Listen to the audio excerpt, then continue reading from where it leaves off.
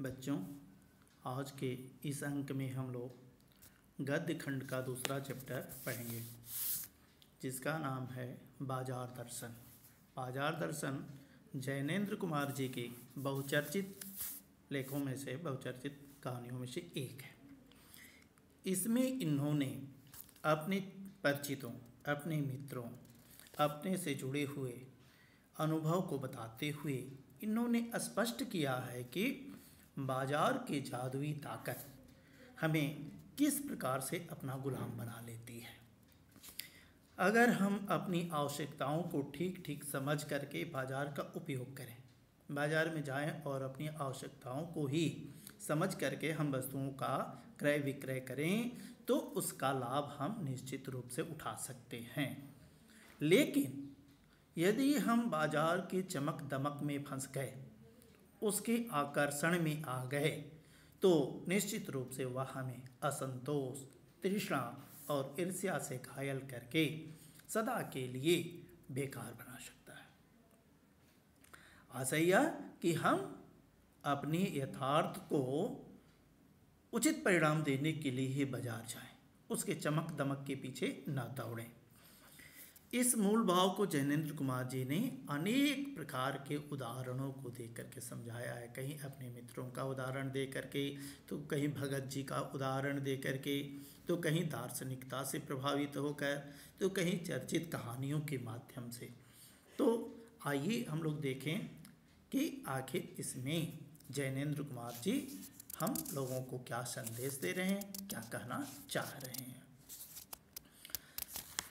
पहले ही है कि एक बार की बात कहता हूँ, मित्र बाजार गए थे तो एक मामूली चीज़ लेने के लिए, पर लौटे तो एकदम बहुत से बंडल साथ में लेकर के। इन्होंने एक संस्मरण बताया कि एक बार हमारे एक मित्र थे जो गए थे मामूली सामान की खरीदारी करने के लिए, लेकिन जब आए तो अपने साथ बहुत सारा सामानों का बंडल लेकर के आए। उनको देख करके मैंने उनसे पूछा, यह क्या क्वेश्चन मार्क है, वैसे पढ़ेंगे। बोले यह जो साथ में थी, मतलब इशारे से करते हुए अपनी पत्नी की ओर इशारा करते हुए उन्होंने बताया कि यह जो साथ में थी, अर्थात यह नहीं रहती तो इतना सामान नहीं खरीदा गया होता। यह जो साथ थी इसलिए इतना सामान की खरीदारी हुई, इतना सामान खरीदा गया है। उनका आशय था कि पत्नी की महिमा है, बड़कपन है, उस महिमा का मैं कायल हूँ, उससे प्रभावित हूँ। आदिकाल से ही, आज से नहीं, आदिकाल से, प्रारंभ काल से ही इस विषय में पति से पत्नी की प्रमुखता प्रमाणित है। आज से नहीं, बहुत पहले से ही यह प्रमाणित है। और यह व्यक्तित्व का प्रश्न नहीं, स्त्रीत्व का प्रश्न है। किसका? स्त्रीत्व विशेषण बना दिया गया। स्त्री से त्वा प्रत्यय लगा करके क्या स्त्रीत्व विशेषण बना दिया गया। स्त्री से स्त्री माया न जोड़े तो क्या मैं जोड़ूं? फिर भी यह सच है और यह कि इस बात में पत्नी की ओट ली जाती है। ओट माने छिपाया जाता है। ये जो करती है वह यह पत्नी करती है। मूल में एक और तत्व की महिमा सविशेष है। सविशेष है ना, महत्वपूर्ण है। यह तत्व है क्या? मनी बैग, अर्थात पैसे की गर्मी या एनर्जी, पावर। इन्होंने कहा कि मनी बैग, पैसे को रखने का बैग, यानी पैसे की गर्मी। जितना पैसा होता है उतना ही हम सामान की खरीदारी करते हैं, और पैसा नहीं होता है तो सामान की खरीदारी नहीं होती है। अब भला बताइए, आपको देख करके सामान दे देगा? नहीं, पैसे आपके पास रहेंगे तभी सामान मिलेगा। इन्होंने क्या कहा कि पैसा पावर है। पावर माने शक्ति। इन्होंने कहा कि पैसा शक्ति है, पर उसकी सबूत में आसपास माल टाल न जमा हो तो क्या वह खाक है? माल टाल सामान न हो तो क्या वह खाक, बिल्कुल राख, मिट्टी के समान है। पैसे को देखने के लिए बैंक हिसाब देखिए। बैंक में पड़े हुए पैसे जो रहते हैं तो यह देख करके मालूम हो जाता है कि इनके पास में कितना धन है। पर माल असबाब मकान कोठी तो अनदेखे भी दिखते हैं। ये सारी चीज़ें तो बिना देखे भी दिख जाती हैं। पैसे की उस परचेजिंग पावर के प्रयोग में ही पावर का रस है। रस माने आनंद। परचेजिंग पावर, खरीद शक्ति जिसको कहा गया है, खरीद शक्ति में ही क्या है, इसकी विशेषता निहित है। लेकिन नहीं, लोग संयमी भी होते हैं। संयमी माने संयम करने वाले। वे फिजूल सामान को फिजूल समझते हैं, फालतू सामान को फालतू समझते हैं। वे पैसा बहाते नहीं हैं, पानी की तरीके से बहाते नहीं हैं, और बुद्धिमान होते हैं। बुद्धि और संयम पूर्वक वह पैसे को जोड़ते जाते हैं, इकट्ठा करते जाते हैं, इकट्ठा करते जाते हैं, जोड़ते जाते हैं। वह पैसे की पावर को इतना निश्चय समझते हैं कि उसके प्रयोग की परीक्षा उन्हें दरकार नहीं है। दरकार माने आवश्यकता नहीं है। बस खुद पैसे के जुड़ा होने पर उनका मन गर्व से भरा फुला रहता है। उनका मन गर्वान्वित होता रहता है कि मेरे पास इतने पैसे हैं, मेरे पास पैसे की कोई कमी नहीं है। मैंने कहा, यह कितना सामान ले आए? उनके सामान की अधिकता को देखकर, खरीदे गए सामान को देख करके मैंने पूछा, यह कितना सामान ले आए? मित्र ने सामने मनी बैग फैला दी। जिस बैग में पैसे लेकर के गए थे वह अपना पर्स उन्होंने दिखा दिया। कहा, यह देखिए, सब उड़ गया। अर्थात जितना पैसा मेरे पास था वह सब सामान खरीदने में खर्च हो गए। अब मेरे पास कुछ भी नहीं बचे। अब जो रेल टिकट के लिए भी बचा हो, अब मामूली किराया के लिए मेरे पास पैसे बचे हैं, अन्यथा मेरे पास पैसे नहीं हैं, इसलिए खरीदारी बंद हो गई है। मैंने तब यह तय माना कि और पैसा होता तो और सामान आता। मतलब सामान की खरीदारी क्यों बंद हुई है? सामान की खरीदारी इसलिए बंद हुई है कि पैसा समाप्त हो गया। पैसा यदि और रहता तो निश्चित रूप से और सामान की खरीदारी होती। वह सामान जरूरत की तरफ देख करके नहीं आया है, आवश्यकता की तरफ देख करके नहीं आया है, अपनी परचेजिंग पावर के अनुपात में आया है, खरीद शक्ति के अनुपात में ही आया है। जितना खरीदने की शक्ति है उसके अकॉर्डिंग खरीदा गया। लेकिन ठहरिए जनाब, इस सिलसिले में एक और भी महत्व का तत्व है। इन्होंने कहा कि एक और भी महत्वपूर्ण बात है जिसे नहीं भूलना चाहिए। उसका भी इस कर्तव्य में बहुत कुछ हाथ है। कर्तव्य माने किया गया कार्य, किए गए कार्य में बहुत कुछ उसका भी सहयोग है। वह महत्व है बाजार। वह किसका है? बाजार का है। वह महत्व किसका है? बाजार का है। मैंने कहा, यह इतना कुछ नाहक ले आए। नाहक का मतलब क्या होता है बेटा? नाहक का मतलब होता है अनायास, जिसका कोई मतलब ना हो, जिसकी कोई आवश्यकता ना हो। तो इन्होंने कहा कि इतना सब क्या तुमने नाहक ही ले करके आया, इसकी कोई आवश्यकता नहीं थी। तो फिर मित्र बोले, क्या बोले कि कुछ न पूछो, बाजार है कि शैतान का चाल। इन्होंने अपना दोषारोपण करते हुए बाजार का मानवीकरण करके इन्होंने कहा कि बाजार क्या है? शैतान है। क्या? और शैतान का जाल, समूह, चंगुल में फंसाने वाला, ऐसा सजा सजा करके माल रखते हैं कि बेहया ही होगा जो न फंसे। बेहया, हया का मतलब इज्जत होता है बेटा। हया का मतलब क्या होता है? इज्जत। बे उपसर्ग है, उर्दू का उपसर्ग है। बेहया, जिसके पास हया नाम की चीज़ ना हो, जिसके पास इज्जत नाम की कोई चीज़ ना हो, वही व्यक्ति क्या कहा जाता है? बेहया कहा जाता है। तो इन्होंने बाजार का मानवीकरण करते हुए, बाजार की विशेषता को व्यक्त करते हुए बताया कि बाजार क्या है? बेहया है, जो इस तरीके से सजा सजा करके रखा है कि क्या बेहया ही हो, जो न फंसे, जो उसके आकर्षण में न आ जाए। मैंने मन में कहा, ठीक, बाजार आमंत्रित करता है, आकर्षित करता है, अपनी ओर खींचता है कि आओ मुझे लूटो और लूटो, मुझे खरीदो और खरीदो, जितना पैसा है उतना खरीदो, खरीदने से वंचित ना रहो, नहीं पैसे हैं तो उधार लेकर के खरीदो, किसी से कर्ज ले लो, किसी से ऐसे वैसे इन केन प्रकारेण जैसे भी हो पैसे लेकर के मुझे खूब खरीदो, मुझे खूब लूटो, सब भूल जाओ, मुझे देखो, मेरा रूप और किसके लिए है, और किसके लिए है, मैं तुम्हारे लिए ही हूँ, ग्राहकों के लिए ही हूँ। जब ग्राहक न हो तो बाजार की कोई विशेषता है? जी नहीं। मैं तुम्हारे लिए हूँ, नहीं कुछ चाहते हो तो भी देखने में क्या हर्ज है।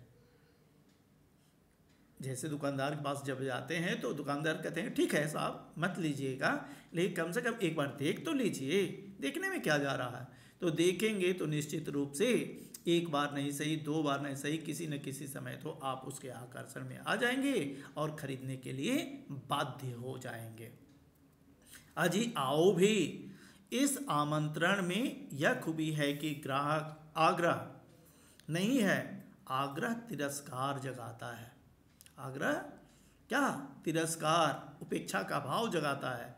लेकिन ऊंचे बाजार का आमंत्रण मुक होता है, शांत होता है, चुप होता है, जिसमें आवाज नहीं होती है और उससे चाह जगती है, चाहत जगती है। चाह मतलब अभाव, चाह मतलब क्या? अभाव जगता है। बहुत चौक बाजार में खड़े होकर के आदमी को लगने लगता है कि उसके अपने पास काफ़ी नहीं है, और चाहिए और चाहिए, जितना मेरे पास सामान है, जितना मेरे पास पैसे हैं उसके हिसाब से तो मैंने खरीदा, लेकिन यह काफ़ी नहीं है, कुछ और पैसे होते तो ज़्यादा आनंद आता, ज़्यादा सामान खरीदा जाता। मेरे यहाँ कितना परिमित है। परिमित का मतलब होता है बेटा सीमित, कितना मेरे पास सीमित मात्रा में है। और यहाँ कितना अतुलित है, अतुलित, और उपसर्ग है, तुलित में भी इत प्रत्यय है। और क्या इन्होंने कहा? अतुलित है। ओह, खेद व्यक्त करते हुए इन्होंने कहा कि यह कितना अतुलित है, जिसकी तुलना न किया जाए। हनुमान जी के बल के लिए आता है अतुलित बल धाम, अतुलित बल के धाम।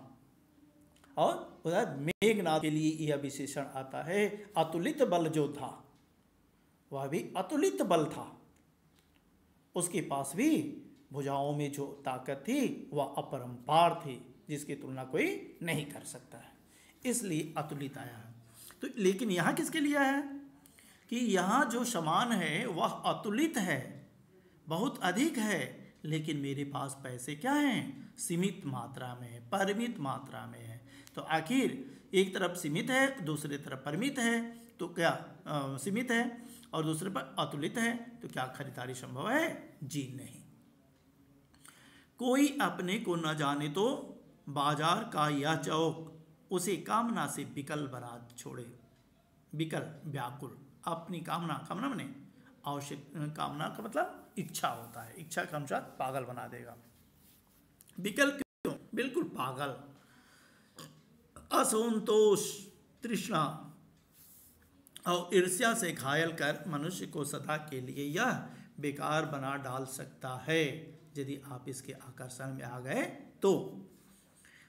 एक और मित्र की बात है, यह दोपहर के पहले गए बाजार से कहीं शाम को वापिस आए, लौट करके आए। दोपहर में ही गए, दोपहर के पहले गए थे, लेकिन लौट कर आए कब? शाम के समय में आए तो बिल्कुल खाली हाथ, इनके हाथ में कुछ भी नहीं था, इनके पास कुछ था ही नहीं, खाली हाथ आए। मैंने पूछा कहाँ रहे, मतलब हे मित्र तुम अब तक कहाँ थे? बोले बाजार देखते रहे। बाजार को मैं क्या करता रहा? निहारता रहा, देखता रहा, उसके तरफ टकटकी लगाए हुए था। मैंने कहा बाजार को देखते क्या रहे? बाजार को देखने से क्या लाभ होने वाला है? तुम बाजार को क्या देख रहे थे? बोले क्यों? बाजार समुद्र के चिन्ह है। मैं बाजार को देख रहा था। और क्या देख रहा था? तब मैंने कहा, लाए तो कुछ नहीं, बाजार को देखे लेकिन बाजार से खरीद करके कुछ भी अपने साथ लाए नहीं, ऐसा क्यों? बोले, हाँ, पर यह समझ न आता था कि न लूँ तो क्या, सभी कुछ तो लेने को जी होता था। मैं यह निर्णय कर ही नहीं पाता था कि आखिर मैं क्या लूँ और क्या छोड़ूं। देखने पर ऐसा लगता था कि हर एक वस्तु में मेरे काम की चीज़ हैं, यह मुझे लेनी चाहिए। कुछ लेने का मतलब था शेष सबको छोड़ देना, और इन्होंने कहा कि कुछ ले लेने का मतलब यह है कि बाकी चीज़ों को छोड़ देना, और मैं बाकी चीज़ों को छोड़ना नहीं चाहता था। किसी के प्रति तिरस्कार मेरे अंदर नहीं था। तो इन्होंने कहा कि छोड़ देना, पर मैं कुछ भी नहीं छोड़ना चाहता था, इससे मैं कुछ भी नहीं ले सका। मैं कुछ भी नहीं छोड़ना चाहता था, इसलिए कुछ भी नहीं ले सका। अर्थात सबको छोड़ दिया कि छोड़ूंगा तो सबको, लूंगा तो सबको। मैंने कहा, क्या बात है। इन्होंने कहा कि क्या खूब बात है, पर मित्र की बात ठीक थी। लेकिन जब मैंने विचार किया तो पाया कि इनकी बात सही है। अगर ठीक पता नहीं है कि क्या चाहते हो तो सब और की चाह तुम्हें घेर लेती है, चाह तुम्हें परेशान करती है, और तब परिणाम त्रास ही होगा। उसका फल क्या होगा? कष्ट से परिपूर्ण होगा, तुम्हें कष्ट देने वाला होगा। गति नहीं होगी, न कर्म होगा, बल्कि तुम्हें कष्ट ही कष्ट होगा। बाजार में एक जादू है। जादू क्या? आकर्षण की शक्ति। बाजार में एक जादू है। वह जादू आँख की राह माने रास्ता काम करता है। आँख के रास्ते ही काम करता है। जब तक आप किसी अच्छी वस्तु को देखते नहीं हैं तब तक आप उसके प्रति आकर्षित नहीं होते हैं। तो इन्होंने कहा कि वह जादू आँख की रास्ते काम करता है। वह रूप का जादू है, सौंदर्य का जादू है। पर जैसे चुंबक का जादू लोहे पर ही चलता है। चुंबक को स्टील के पास ले जाओ, कोई असर होगा नहीं। वही लोहे के पास ले जाओ, दोनों चिपक जाएंगे, अपने तरफ आकर्षित कर लेता है। वैसे ही इस जादू की भी मर्यादा है, एक इज्जत है। जेब भरी हो और मन खाली हो। बहुत इंपॉर्टेंट बात इन्होंने कहा है कि जेब भरी हो अर्थात आपके पास पैसे हों और मन खाली हो, मन में कुछ खरीदने की इच्छा शक्ति हो, ऐसी हालत में जादू का असर खूब होता है। इस बाजार रूपी जादू का असर तुम्हारे ऊपर अत्यधिक होगा। लेकिन जेब खाली पर मन भरा न हो तो भी जादू चल जाएगा। जेब खाली है लेकिन मन भी भरा नहीं है, मन में भी जगह है, कुछ खरीदने की इच्छा है तो भी चल जाएगा। अपने पास ना सही कर्ज लेकर के खरीद लेंगे, दूसरे से पैसे ले लेंगे, आप कहाँ से चुकाएंगे या उस समय याद नहीं रहता है। यह तो पता तब चलेगा जब चुकाने की नौबत आएगी तब। मन खाली है तो बाजार की अनेकानेक चीज़ों का निमंत्रण क्या होगा, उस तक पहुंच जाएगा। कहीं हुई उस वक्त जेब भरी तब तो फिर वह मन किसकी मानने वाला है। यदि जेब में पैसे हों तब वह किसकी मानने वाला है, अर्थात निश्चित रूप से खरीदारी होगी। मालूम होता है यह भी लूँ वह भी लूँ, जितना भी है वह सब कुछ खरीद लूँ। सभी सामान जरूरी और आराम को बढ़ाने वाला मालूम होता है। सब लगता है कि मेरे आराम में यह क्या करेगा, चार चांद लगाएगा। पर यह सब जादू का असर है। जादू की सवारी उतरी कि पता चलता है कि फैंसी चीज़ों की बहुतायत का मतलब क्या होता है, अधिकता आराम में मदद नहीं देती बल्कि खलल ही डालती है। खलल का मतलब क्या होता है बेटा, बाधा ही डालती है। थोड़ी देर को स्वाभिमान को जरूर सीख मिल जाती है, अर्थात ताकत मिल जाती है, बढ़ावा मिल जाता है, पर इससे अभिमान की गिल्टी और खुराक ही मिलती है। जकड़ रेशमी डोरी की हो तो रेशम के स्पर्श के मुलायम के कारण क्या वह जकड़ कम होगी, इन्होंने कहा, उदाहरण दिया कि बांधा जाए किसी को तो चाहे रेशम की डोरी से बांधा जाए या प्लास्टिक की डोरी से बांधा जाए, बंधन तो बंधन है। क्या रेशम की डोरी से बांधेंगे तो क्या वह बंधन अधिक ये कमज़ोर हो जाएगा, आराम देने वाला होगा? जी नहीं, दोनों ही स्थितियों में बांधना ही है, दोनों ही स्थितियां आपके लिए कष्टदायक ही होंगी, कहीं भी आपको आराम मिलने वाला नहीं है। पर उस जादू की जकड़ से बचने का एक सीधा सा उपाय है, रास्ता एक इन्होंने बताया कि एक उपाय है।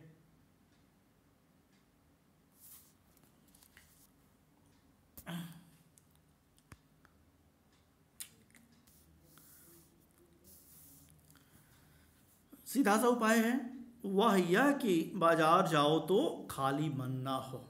निश्चित रूप से यदि तुम बाजार जा रहे हो तो तुम्हारे अंदर यह होना चाहिए कि तुम्हारा मन खाली न रहे। मन खाली हो तब बाजार न जाओ, दोनों ही उपाय है। इन्होंने बताया कि यदि मन तुम्हारा खाली है तो तुम बाजार जाओ ही नहीं। कहते हैं कि लू में जाना हो तो पानी पीकर जाना चाहिए। तुम्हारे पेट के अंदर पानी रहने पर उस लूपन का कोई असर नहीं होता है, उसकी विशेषता तुमको प्रभावित नहीं करती है।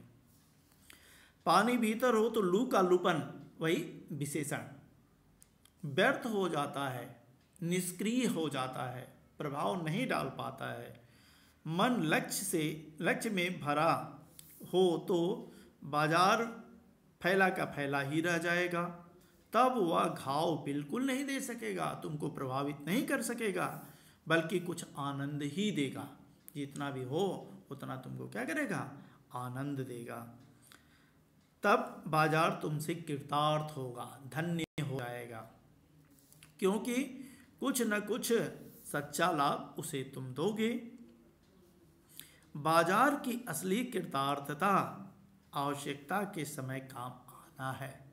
उस कृतार्थता क्या है? आपकी आवश्यकता की पूर्ति यदि बाजार कर देता है तो निश्चित रूप से वह आपके लिए क्या है? लाभकारी है।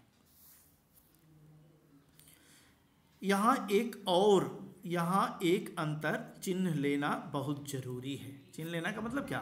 पहचान लेना बहुत जरूरी है। मन खाली नहीं रहना चाहिए। इन्होंने कहा कि हमारा मन किसी भी रूप में खाली नहीं होना चाहिए। इसका मतलब यह नहीं कि वह मन बंद रहना चाहिए। खाली रहने का मतलब यह नहीं कि मन क्या हो? बंद हो जाए। जो बंद हो जाएगा वह शून्य हो जाएगा। जो वह बंद हो जाएगा वह शून्य हो जाएगा।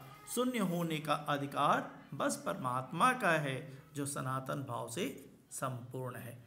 पूर्ण केवल एक ईश्वर है। ईश्वर को छोड़ करके हम बाकी लोग क्या? अपूर्ण ही हैं। हमारे अंदर किसी न किसी प्रकार की कमी है ही। आज के लिए बस इतना ही। फिर इसका शेष अंश वीडियो के अगले अंक में प्रेषित होगा। आज के लिए बस इतना ही। धन्यवाद।